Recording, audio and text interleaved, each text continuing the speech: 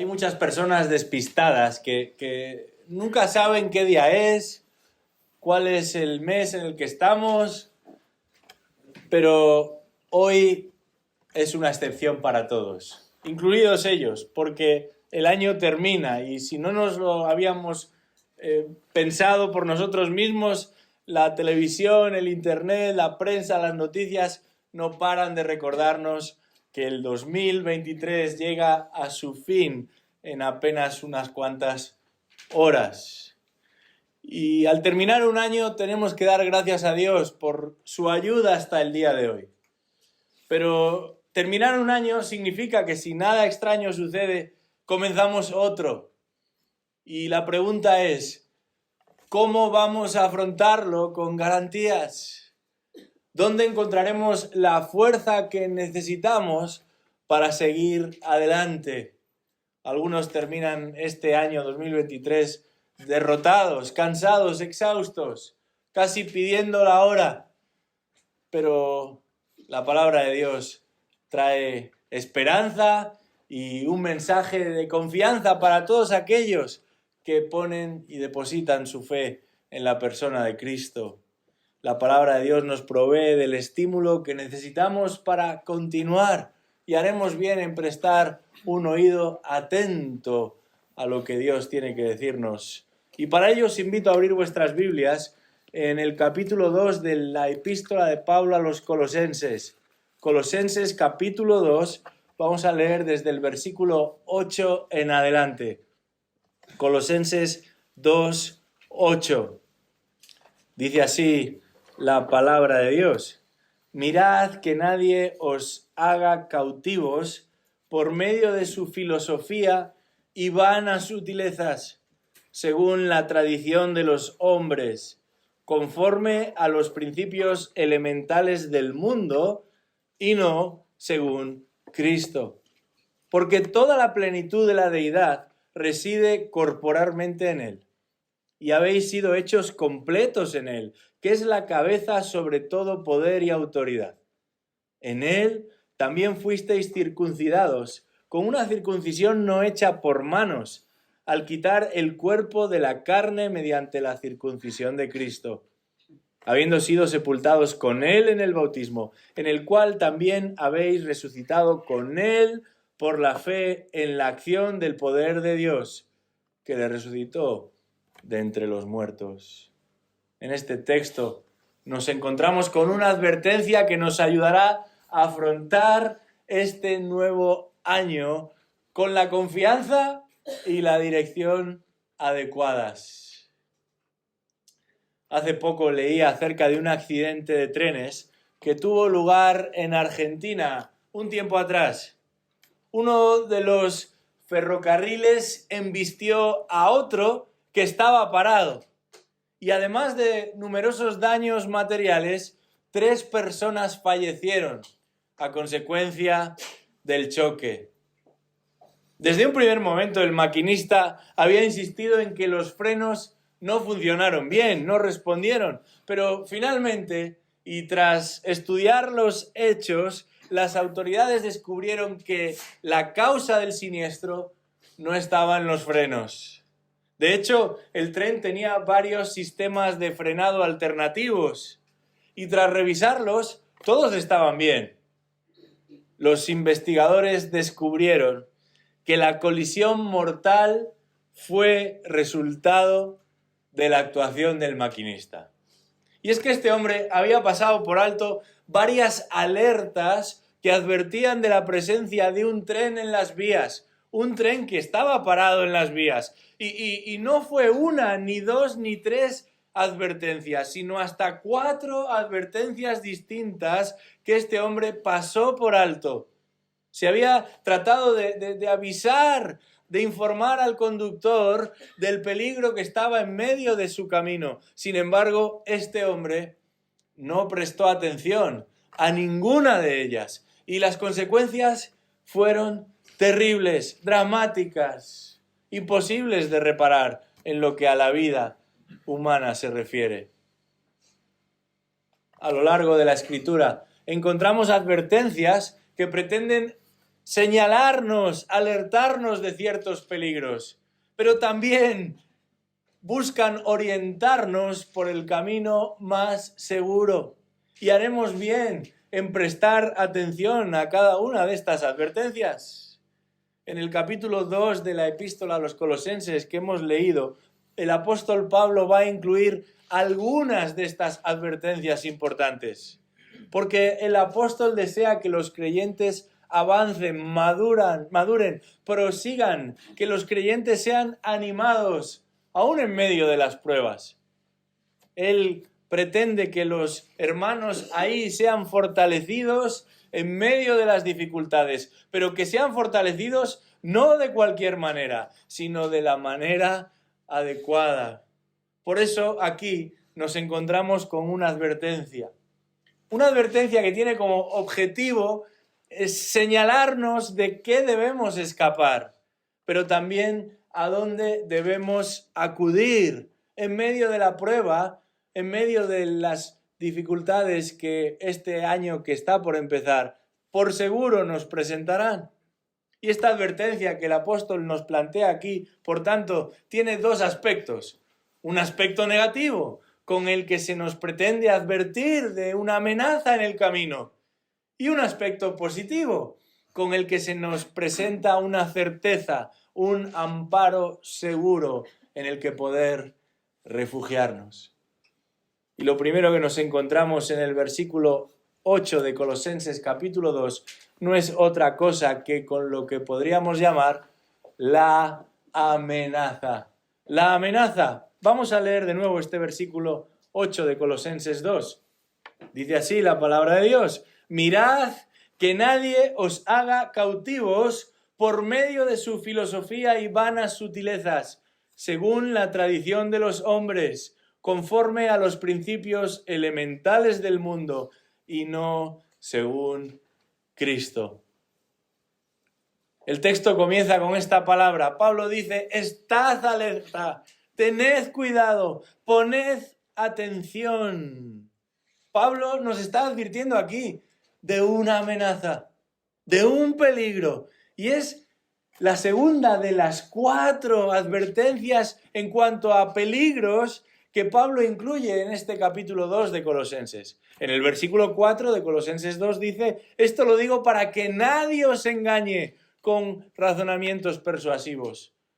Después encontramos la nuestra en el versículo 8, pero el texto avanza y en el versículo 16 encontramos una tercera amenaza. Dice ahí, por tanto, que nadie se constituya en vuestro juez con respecto a comida o bebida, o en cuanto a día de fiesta o luna nueva o día de reposo.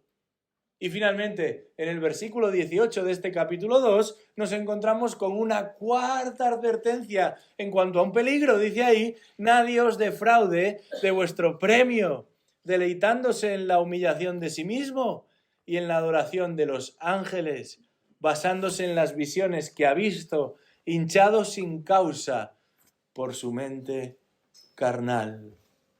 Varias amenazas que se cruzan en el camino de los creyentes allí y de los creyentes aquí. Pero en este día vamos a prestar atención a la segunda en esa lista que está ahí en el versículo 8, y Pablo comienza diciendo: que nadie os haga cautivos. Literalmente, no seáis tomados como botín, que nadie os secuestre. La idea es la de un ejército enemigo que conquista una ciudad y en ese proceso se lleva a los supervivientes como esclavos. Pero en este caso se trata de una conquista que se pretende llevar a cabo de manera muy sutil, de una manera sutil y engañosa. En los últimos tiempos, gracias a los medios de comunicación, somos conscientes de la gran cantidad de secuestros que se producen cada día en distintas partes del mundo. Hace un tiempo tuve la oportunidad de visitar la Florida, en los Estados Unidos, y el teléfono de repente vibró y señaló una advertencia. Mi teléfono y el de todos los demás. Nos saltó una alarma donde decía que habían secuestrado a un niño de apenas 6 meses. Luego, preguntando al respecto, nos dijeron los que vivían en ese lugar que este tipo de advertencias a los teléfonos son muy comunes, particularmente si se trata de niños. Y lo que hacen, no voy a ser muy explícito, es utilizarlos para transportar droga. Así que secuestran a estos niños y mientras todavía están vivos, los utilizan, cruzan el escáner en el aeropuerto y allí hacen sus entregas. Y luego los abandonan en la basura, retirando esa mercancía que quieren trasladar. Es terrible cómo el ser humano, buscando la ventaja personal, está dispuesta a infringir el daño a otros y a llevárselos de manera totalmente involuntaria para el que es secuestrado. Se trata de una realidad terrible en nuestro mundo y el apóstol Pablo está utilizando esta idea del secuestro para que entendamos lo que está pasando aquí en términos espirituales, porque el apóstol nos advierte aquí del peligro que supone dejarnos secuestrar, ser secuestrados poniendo nuestra confianza en realidades terrenales y dejando a un lado a la persona de Cristo. Y el texto habla de filosofía, de vanas sutilezas, de tradiciones de hombres. Y lo que tiene en mente el que escribe es cualquier cosmovisión, cualquier visión de la vida que parte de abajo hacia arriba y no al revés. Cualquier sistema de pensamiento que comienza en el hombre y termina en el hombre. Cualquier planteamiento de vida en el que Dios no es el centro. Sabemos por los registros históricos y aún por la palabra de Dios que la religión formaba parte de la vida común en la cultura grecolatina, donde Pablo escribe aquí a los colosenses. De la vida y de la muerte, porque desde el momento en el que los bebés nacen hasta que son incinerados en aquel contexto o enterrados también, todos los instantes importantes de la vida de una persona estaban articulados en base a ritos y a calendarios religiosos. Uno no se podía inscribir en el registro sin primero ofrendar a los dioses de la ciudad. Uno no podía pasar de ser un niño a ser un adulto sin los ritos de paso religiosos de la ciudad. Uno no podía casarse sin ofrendar a los dioses de la ciudad. Uno no podía presentar a su hijo como nacido sin seguir ese mismo proceso que habían hecho con uno. Uno no podía morirse sin que se llevasen a cabo ciertas actividades religiosas. Así que la religión lo copaba todo y aunque para muchos era simplemente algo externo, una manera de conectarse con la sociedad de su época, no pasar por ahí lo convertía a uno en un extraño y le privaba de vivir en la realidad cotidiana, pasando por el trabajo, por las relaciones, por la familia. Pero aquí, en este caso concreto, en esta amenaza que se cierne sobre los creyentes en Colosas, Pablo no se refiere necesariamente a la religión, sino más bien al pensamiento secular que también formaba parte de aquella cultura. Entre otras razones, porque esta es la única vez en todas sus cartas que el apóstol va a emplear específicamente la palabra filosofía. Y dentro de filosofía no pensemos que hay que encuadrar solamente a Aristóteles, a Platón y a Sócrates y a los grandes pensadores, sino más bien todo pensamiento, toda dirección de la mente y del obrar que excluye a Dios y que tiene al hombre como epicentro. De hecho, a partir de estos versículos y en adelante, el apóstol se referirá específicamente al peligro de la religión y de sus ritos. Pero aquí está planteándonos la amenaza constante de un obrar mental, de un planteamiento humano que una y otra vez se cruza en nuestra perspectiva de lo que la palabra de Dios enseña, de lo que Dios ha revelado y de los propósitos que Él tiene para con los suyos. Y no importa el nombre o el apellido que queramos darle, ya sean corrientes filosóficas, psicológicas, de planteamientos éticos, da igual, cualquier planteamiento en el que Dios no es el centro, dice el apóstol Pablo, puede convertirse en una amenaza para nosotros si lo adoptamos como si fueran esas lentes por medio de las cuales hemos de observar la realidad y la realidad espiritual. Y aquí es de donde precisamente se encuentra la amenaza, porque se trata de una oferta nada sospechosa. A diferencia de lo que sucedía con aquellas religiones de las que hablará después, el problema de este tipo de planteamiento es que uno puede seguir siendo creyente. No tiene que revertir su afirmación doctrinal, aparentemente. No tiene que firmar un documento y alejarse de las reuniones y de la vida de la iglesia.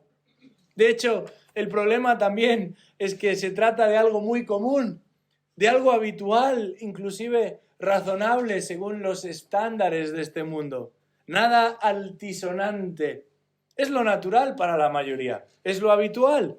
Es literalmente, dice el apóstol Pablo, el ABC en términos humanos. Son los rudimentos, los principios básicos, lo que guía las conciencias colectivas, a donde acude cualquiera que necesita dirección. Y no pensemos que ha de ser muy sofisticado. De hecho, los grandes tratados y estudios filosóficos y psicológicos no los lee nadie. Lo que la gente lee es todo lo que tiene que ver con autoayuda, con dirección. Uno va a una librería, no importa en cualquier ciudad del mundo, y las estanterías de los libros más vendidos son este tipo de obras que no se sabe muy bien quién las escribe y tampoco lo que se pretende conseguir ahí. Cualquiera de estos elementos a donde acude el que necesita ayuda, desde el estudiante que comienza sus andanzas, al emperador en la época que se entrega al pensamiento y los saberes populares de la época. El apóstol Pablo dice, cuidado. Cuidado porque se trata de un sistema que tiene su origen en el hombre, es humano, no procede de Dios, es elemental, es terrenal. Literalmente, no según Cristo. Y por tanto, no funcionará. No funcionará. En palabras de Henry Tolopilo, hablando de este mismo pasaje, es imposible hablar y entender a Dios a menos que Él mismo nos provea esa información. De manera que si anulamos o solapamos al único capaz de revelarnos a Dios, ¿qué esperanza nos queda? Este es el problema aquí, la amenaza para los creyentes en Colosas y también para nosotros hoy. No era otra cosa que permitir que ese conglomerado de ideas terminase por condicionar su comprensión, viniese a ser el filtro por el que aquellos creyentes entendían la realidad y aún la realidad espiritual, al punto de hacer de Cristo algo menor, en lugar de ser el eje central e imprescindible de su existencia. Y el anzuelo estaba en que no necesitaban dejar de ser cristianos, a diferencia de lo que ocurría con las otras religiones. En este caso no tenían por qué renunciar a su fe. Simplemente debían aceptar, debían integrar algunas de estas ideas tan populares en su época, y eso los haría a ellos ser menos radicales, más aceptables. Y por eso dice el apóstol, tened cuidado, porque no es posible, entre otras razones, porque la fe cristiana no necesita suplementos. Y porque si Cristo es desplazado, perdemos toda conexión posible para con la persona de Dios. No es posible construir una vida espiritual en base a otra cosa que no sea lo espiritual. No es posible crecer en nuestra relación con Dios si el Hijo de Dios no es aquel puente por el que atravesamos hasta llegar a Dios. Sin embargo, algunos han sustituido su interés en las Escrituras, su interés en los medios que la palabra de Dios presenta como medios de gracia, por este tipo de suplementos, como el que tiene necesidad de ciertas vitaminas y no las consigue en los alimentos que consume, así que compra un botecito y todos los días añade un poquito extra. Pero esto no sucede aquí. Esto no ha de suceder aquí. Del mismo modo que en aquel día hay personas hoy que tratan de combinar su cristianismo con otras disciplinas.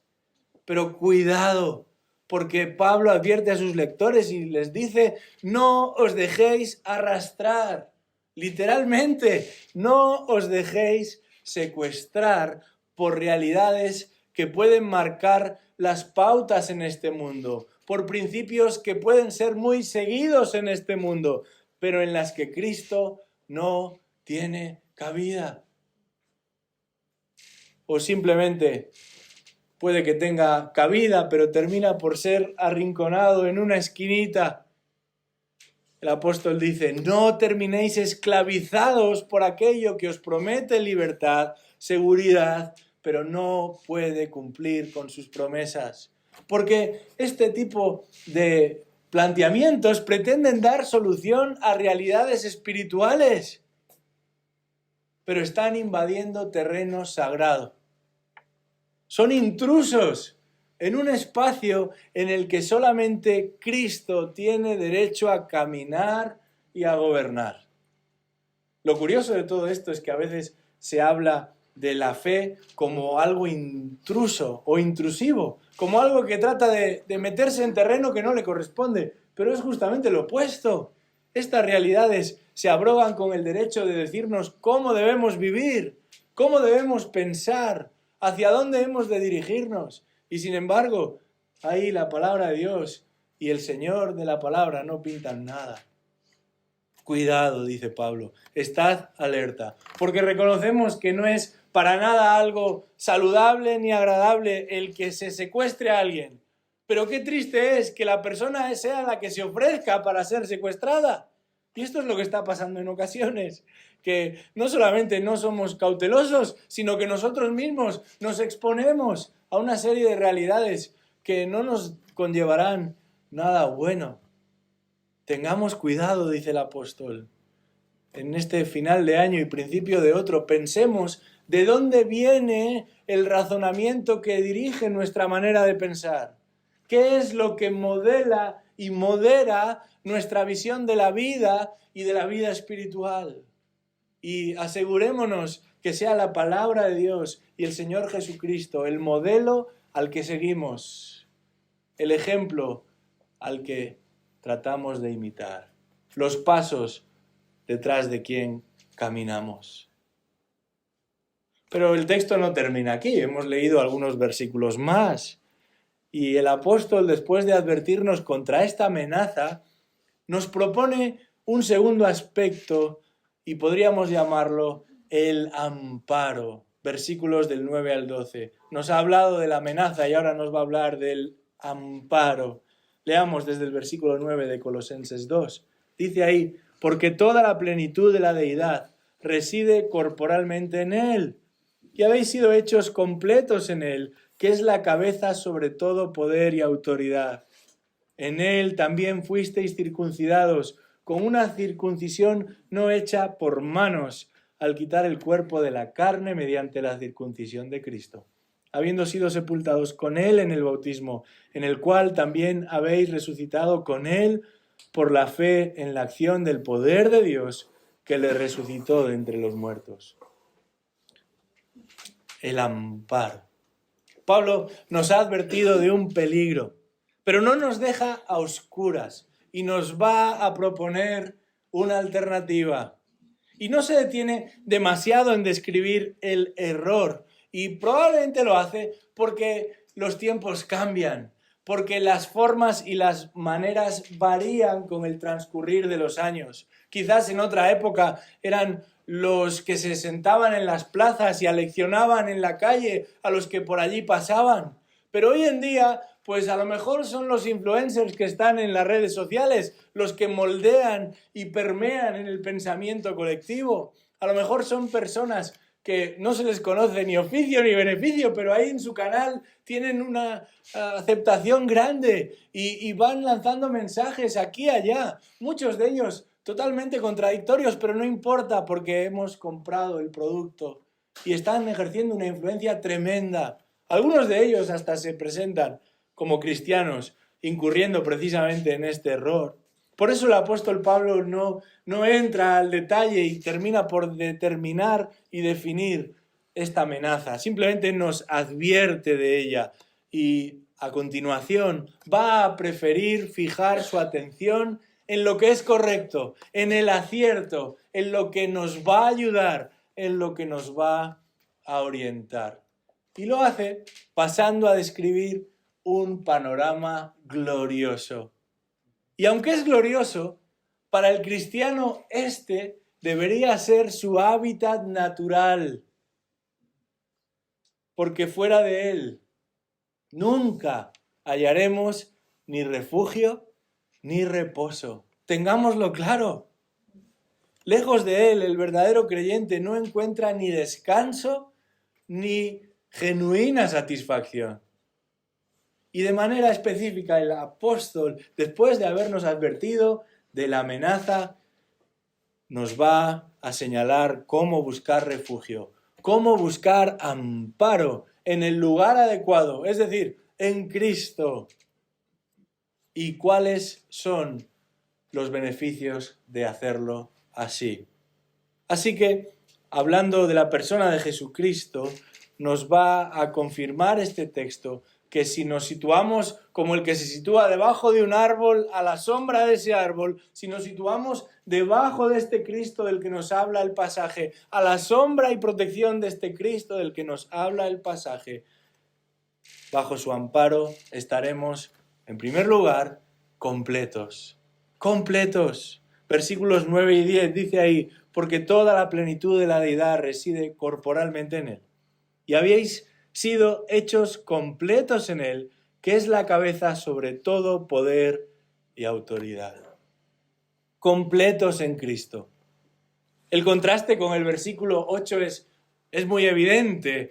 En el versículo 8 se nos hablaba de algo vano, de algo vacío, de algo hueco, es decir, de los razonamientos humanos. Pero aquí el apóstol se va a referir a la plenitud que solamente se encuentra en Cristo. Este es uno de los textos más claros en toda la Biblia en cuanto a la divinidad de Cristo. Y es importante citarlo y conocerlo. A día de hoy todavía hay personas que siguen negando que Cristo es Dios. De hecho, algunos de los, entre comillas, predicadores más conocidos y más acaudalados niegan que Cristo es Dios. Eso sí, sus libros se venden como churros y sus podcasts se escuchan 24 horas al día en todo el mundo. ¿Cómo puede ser? Bueno, la Biblia es clara al respecto y en este pasaje se nos dice que toda la plenitud de la deidad reside corporalmente en él. Pero ya en el capítulo 1, versículo 16, el apóstol Pablo había afinado algo más esta realidad. Dice ahí Colosenses 1:16, en él fueron creadas todas las cosas, tanto en los cielos como en la tierra, visibles e invisibles, ya sean tronos o dominios o poderes o autoridades, todo ha sido creado por medio de él y para él. Y él es antes de todas las cosas, y en él todas las cosas permanecen. Él es también la cabeza del cuerpo, que es la iglesia, y él es el principio, el primogénito de entre los muertos, a fin de que él tenga en todo la primacía, porque agradó al Padre que en él habitara toda la plenitud. ¡Qué descripción tan grandiosa! En la Biblia se habla en buenos términos de algunas personas. De hecho, hace poco veníamos estudiando el caso de Juan el Bautista y de cómo este Juan era un personaje muy superior a todos los que habían venido antes que él, pero nunca se le dedican términos tan grandiosos como los que nos encontramos aquí, porque solamente uno merece llevar esa etiqueta que lo define. Cristo es Dios plenamente. Pero lo más sorprendente de nuestro pasaje es que toda esa plenitud, toda esa exuberancia, toda esa compleción es también nuestra en Cristo Jesús. El gran mensaje del Evangelio es que el Hijo de Dios, es decir, Dios hecho hombre, ha venido al mundo para darse a los hombres, para darse en lugar de los hombres y para el beneficio de los hombres. Aquel que es el Señor de todo, que es el primero en todos los ámbitos de la vida y del conocimiento, donde dice la Escritura que están escondidos todos los tesoros de la sabiduría y del conocimiento, se ha hecho hombre y ha compartido lo suyo con nosotros. Nos ha hecho partícipes de su plenitud, dice el texto, hasta completarnos, al punto de no necesitar nada más. No hay que añadir nada. Y Pablo utiliza la misma palabra en los dos versículos y el énfasis es claro. Cristo es suficiente. Cristo es suficiente. Pero este término suficiente a veces nos confunde un poco. Porque días atrás los niños y no tan niños recibieron sus calificaciones, sus notas. Y al menos en España, el suficiente está más cerca del suspenso que del notable. Es verdad, no es lo mismo aprobar que suspender, pero el que recibe un suficiente tampoco va a llevarse muchos aplausos en casa. Pero la idea en el texto no es contar solamente con lo justo para sobrevivir. Se trata de todo lo necesario. No se puede añadir nada. Y fíjate cómo termina el versículo 10. Dice ahí que habéis sido hechos completos en Él. ¿Y quién es este Él? Él es la cabeza sobre todo poder y autoridad. Aquel que nos proporciona todo lo que necesitamos es el mejor capacitado para hacerlo.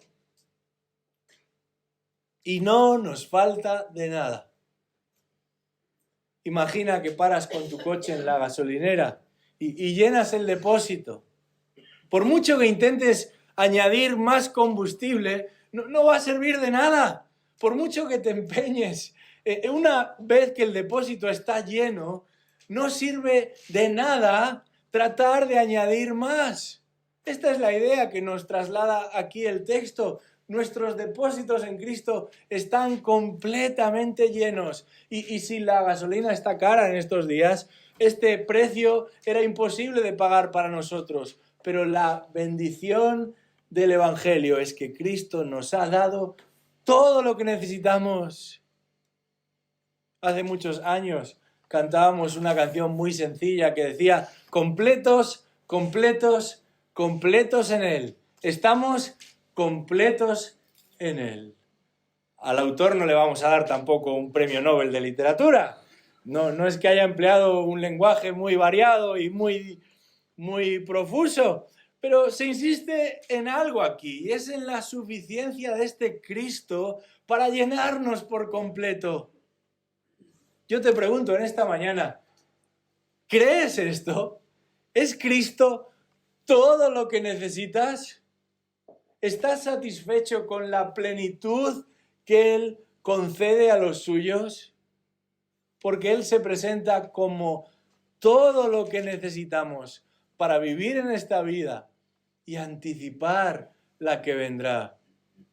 En su segunda epístola, Pedro lo explicó así: pues su divino poder nos ha concedido todo cuanto concierne a la vida y a la piedad, mediante el verdadero conocimiento de aquel que nos llamó por su gloria y excelencia. Juan Calvino lo explicó así: en unión con Cristo, toda nuestra necesidad espiritual haya completa satisfacción. No hay que añadir nada más. No podemos añadir nada más. Y sin embargo, a veces nos conducimos como si tuviéramos necesidad de algo más, como si faltase alguna cosa para sentirnos realizados y seguros y confiados y tranquilos y nos desanimamos y nos dejamos embargar por las dudas y la tristeza pensando que necesitamos algo más. El texto confirma que lo único que necesitamos es reafirmar lo que Cristo ya hizo un día si eres del Señor. Él ha compartido de su plenitud con los suyos. Piénsalo de esta manera. Nuestra mesa está repleta de manjares que todavía no hemos ni empezado a disfrutar. ¿Qué sentido tendría rebuscar en la basura cuando tenemos delante el mayor festín que este mundo ha conocido? En esta noche muchas mesas se colocarán con todo detalle y nadie va a retirarse en un momento de la cena e ir al contenedor y decir, bueno, es que yo creo que aquí voy a encontrar algo que me apetezca un poquito más, que me va a saber mejor. No quiero imaginarme la cara del cocinero o de la cocinera. No tiene ningún sentido. No lo hacemos en nuestra plena facultad. Solo los locos se acercan a la papelera y rebuscan. ¿Cómo haremos eso en términos espirituales? El amparo que encontramos en Cristo comienza por el hecho de que hemos sido hechos completos en Él. No nos conformemos con menos. Esta es la primera de las grandes bendiciones de vivir al amparo de Cristo. Estamos completos en Cristo. Pero hay otra realidad que disfrutamos bajo su amparo y es el hecho de estar circuncidados en Cristo. Versículo 11. Dice ahí, en Él también fuisteis circuncidados con una circuncisión no hecha por manos, al quitar el cuerpo de la carne mediante la circuncisión de Cristo. Circuncidados en Cristo. Hombre, esto a simple vista de estar circuncidados no suena tan bien como lo anterior, ¿verdad? Pero realmente existen pocas realidades espirituales tan maravillosas como esta. Sabemos que la circuncisión era una de las tradiciones más elementales para los judíos. Se trataba de una señal básica por medio de la cual los judíos representaban su pertenencia al pueblo de Dios. Pero el apóstol Pablo mismo va a explicar qué tipo de circuncisión es la que tiene en mente aquí. Por ejemplo, en el capítulo 3 de Filipenses, hablando de un tema similar al nuestro, versículo 2 dice, cuidaos de los perros, cuidaos de los malos obreros, cuidaos de la falsa circuncisión, porque nosotros somos la verdadera circuncisión. ¿Cuál es esa? Dice el apóstol, adoramos en el Espíritu de Dios y nos gloriamos en Cristo Jesús, no poniendo la confianza en la carne. El versículo 8 de este capítulo 2 de Colosenses nos hablaba del peligro de ser esclavizados, de la amenaza de ser secuestrados. Y cuando eso tenía lugar en el mundo antiguo, al cautivo se le colocaba una marca en su cuerpo, una señal para dejar constancia de que ya no se pertenecía a sí mismo. Lo que buscaba esta señal, esta marca en el cuerpo, era demostrar públicamente que ahora su dueño era otro. Los seguidores de Jesús llevan una marca distinta a esta. No ya en el cuerpo físico como lo hacían los esclavos, ni siquiera como la que los judíos habían obtenido por medio de la circuncisión. Los hijos de Dios tienen su marca en el corazón. Y es que nuestro problema no estaba localizado en un trocito de carne que había que sacar, que había que retirar, sino que afectaba a toda nuestra carne, todo nuestro ser era esclavo, dominado por el pecado. De manera que había que liberar no un trocito de carne, sino a toda esa carne. Toda nuestra realidad estaba marcada por un estado de rebelión continuo contra Dios. Pero Dios, por medio de la obra de Jesucristo en la cruz del Calvario, ocupando el lugar de los pecadores, ha cortado de raíz nuestra conexión con esa vieja naturaleza. Ese cuerpo de muerte fue crucificado en Cristo. Y ese yo que vivía de espaldas a Él, dice el texto, ya no es posible llevarlo con nosotros. Y esto es algo que solamente Dios puede obrar, solamente Dios puede hacerte suyo. La circuncisión que Cristo ha llevado a cabo en el creyente lo ha trasladado a otra esfera. Y ahora le pertenecemos a Él. Ahora Él es nuestro Señor. Llevamos su marca en nosotros y por eso le llamamos Redentor, Valedor, Dueño. Hay una ley no escrita entre los jugadores de fútbol que dicta que uno no debería celebrar los goles cuando juega contra su ex equipo. Pero esto no siempre sucede así.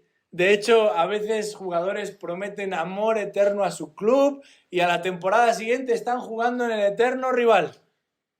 Y notamos cómo continuamente los futbolistas se cambian de equipo y en función de lo que les paguen, pues deciden y se mueven de aquí para allá. Son muchas veces acusados de mercenarios porque están dispuestos a ir al lugar donde se les pague más.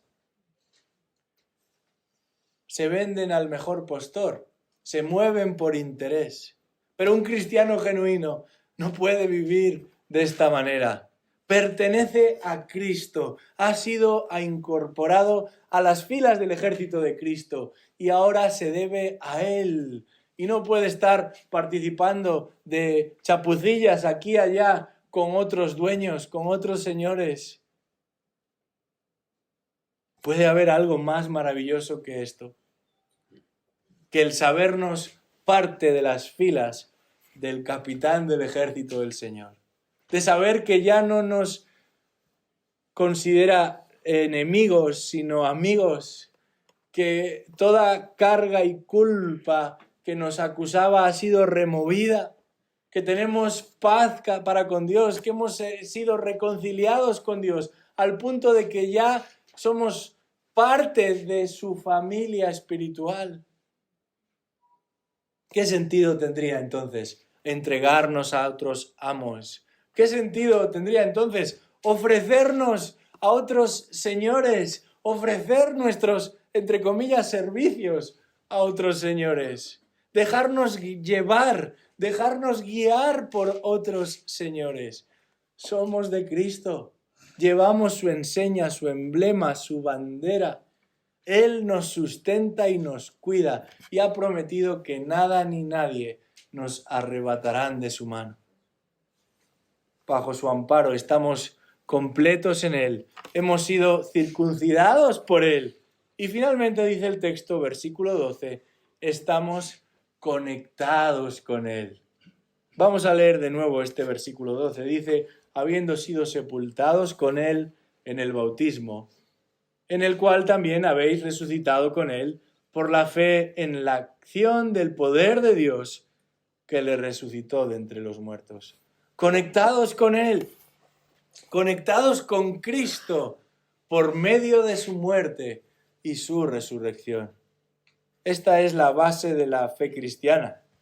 El mismo apóstol Pablo en 1 Corintios 15 nos lo dice así. Si Cristo no ha resucitado, vana es entonces nuestra predicación y vana también vuestra fe. Mas ahora, dice Pablo, Cristo ha resucitado de entre los muertos, primicias de los que durmieron, porque ya que la muerte entró por un hombre, también por un hombre vino la resurrección de los muertos. Porque así como en Adán todos mueren, en Cristo todos serán vivificados.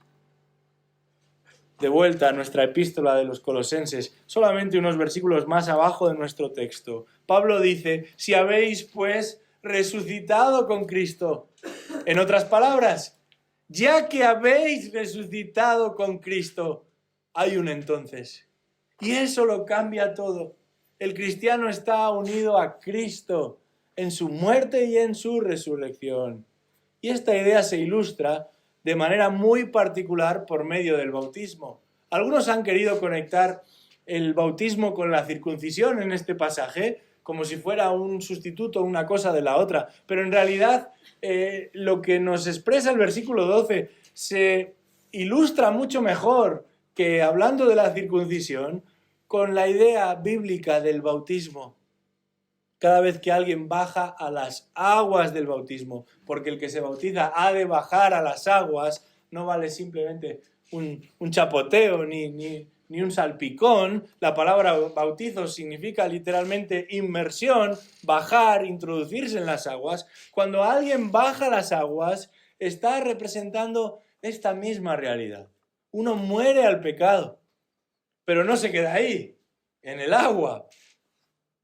O eso es lo que se supone que debería ocurrir.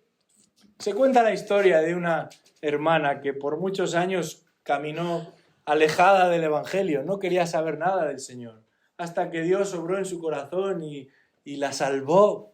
Y esta hermana decidió entonces que era momento de ser bautizada. Así que habló en la congregación donde se reunía, fijaron el día y hubo una gran celebración porque una persona mayor que volvía a la iglesia y que además había sido redimida, así que la bautizaron. Y el pastor que la iba a bautizar estaba contento porque no todos los días celebraban bautismos. Así que preparó bien, le explicó las instrucciones de cómo entrar en el agua, de cómo salir del agua. Y ahí estaban, con toda la congregación mirando. Y la señora dijo, sí creo, con una voz fuerte y que todo el mundo pudo escuchar. Y fue introducida en el agua. Pero no salía del agua. Así que el pastor hizo todo el empeño y el esfuerzo, pero no era capaz de sacarla del agua. Y no entendía el por qué. Así que después de una batalla entre la señora en el agua y él fuera del agua, logró retirarla del agua. Y esta mujer salió a la superficie con su dentadura postiza en la mano. Ese era el problema. Se le había caído la dentadura. Y no quería salir fuera del agua y que todos la vieran sin sus dientes. Así que se empeñó en estar en el interior hasta que consiguió recuperar la dentadura. Y sin embargo, una vez que lo hizo, salió del agua, no se quedó en el agua. Bueno, esto puede parecernos algo gracioso, pero hubiera sido un problema si se hubiese quedado en el agua. En el bautismo uno entra en el agua y uno sale del agua.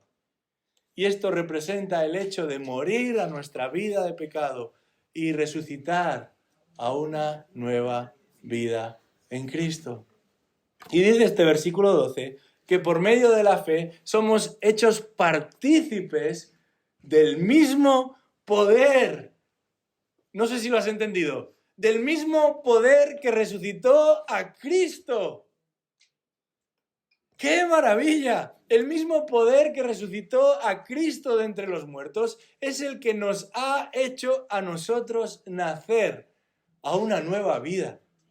Ese es el poder que Dios ha compartido con cada uno de sus hijos para traerlos a salvación. De manera que si Cristo vive, nosotros también viviremos con Él. ¿Te das cuenta de esto? De lo que esto significa. Dios nos ha dado todo lo que necesitamos en Cristo. Nos ha incorporado a su pueblo, nos ha regalado una nueva vida por medio de su Hijo y nos guardará hasta el fin. No existe mejor aliciente para afrontar la realidad, para iniciar el nuevo año, que recordar y meditar en las riquezas que tenemos en Cristo Jesús. Riquezas que nada ni nadie nos podrán arrebatar. Esta misma semana, un usuario de un banco muy conocido en España publicó en sus redes y llegó a la prensa lo que le había sucedido. Alguien llamó utilizando el número de teléfono de su banco, informándole que había tenido un intento de robo en su cuenta y que el banco le proveía de otra cuenta para que hiciese una transferencia de todo su dinero y de esa manera salvaguardar sus ahorros. Esta persona dudó un poco y empezó a hacer preguntas a la otra que le llamaba. Y la otra le dijo, no te preocupes, fíjate bien, te voy a decir el número del que te llamo, compruébalo. Le dio una serie de datos que tranquilizaron sus dudas y en cuestión de unos minutos, en una media hora, había trasladado todos sus ahorros a esta cuenta. Después de que pasase el fin de semana, llamó al banco y en el banco le dijeron: usted ha sido objeto de un timo. Nosotros nunca llamamos a nuestros clientes para hacer ese tipo de operación. Ahora está tratando con medios de abogados y de gestorías de lograr recuperar lo perdido, pero es muy difícil que lo consiga.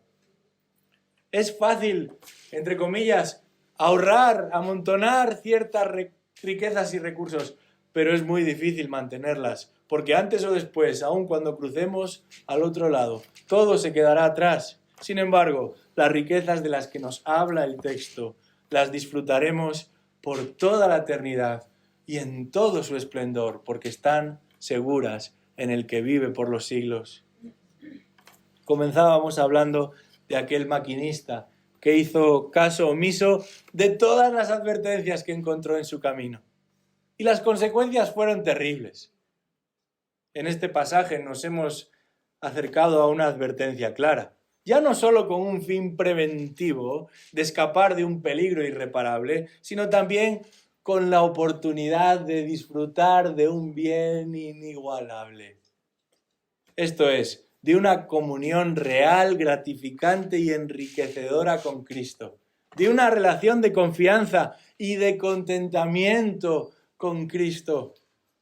En este día que se cierra el año 2023, en este día que se nos abren las puertas del año 2024, sea cual sea tu condición, sea cual sea tu situación, acércate a Cristo y nunca serás defraudado.